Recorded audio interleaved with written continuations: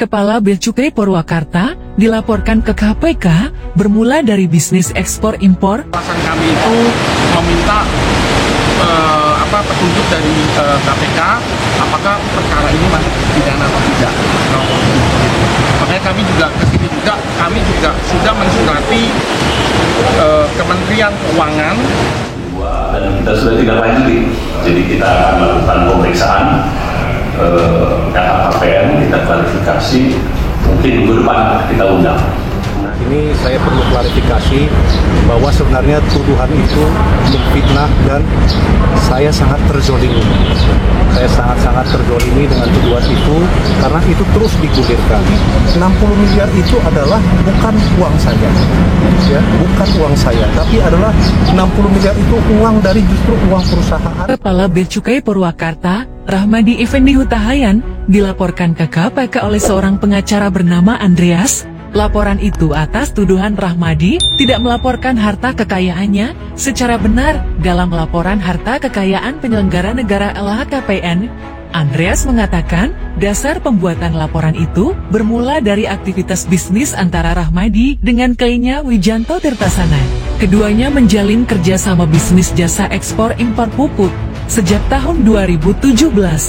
Tahun-tahun 2017 klien, saya meminjam uang kepada RIH senilai 7 miliar rupiah, kata Andreas dikonfirmasi Tempo, Rabu, 8 Mei tahun 2024. Andreas mengatakan pinjaman itu diperuntukkan membangun perusahaan jasa ekspor-impor pupuk bernama PT Mitra Cipta Agro.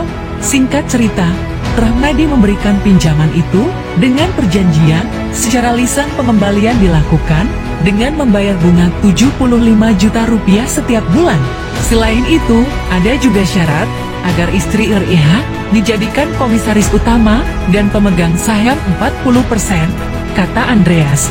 Setelah perusahaan itu berjalan, kata Andreas, kliennya diminta membayar sejumlah uang kepada beberapa CV tanpa alasan. Selain itu, untuk clearance, ketika barang tiba di pelabuhan, juga ditunjuk oleh Rahmadi. Andreas mengatakan, sedari awal kliennya tidak mengetahui kalau RIH merupakan seorang pejabat bea cukai, sebab Rahmadi mengaku sebagai karyawan swasta. Setelah timbul masalah klien kami dikeluarkan dari perusahaan, baru tahu ternyata RIH adalah pejabat bea cukai, kata Andreas.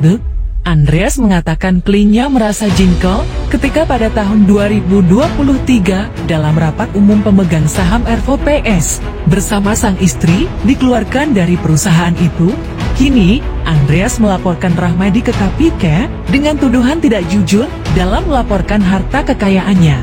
Karena dalam LHKPN tahun 2017 yang dilaporkan Rahmadi nominalnya hanya 3,2 miliar rupiah, hingga tahun 2022 total harta Rahmadi hanya 6,3 miliar rupiah.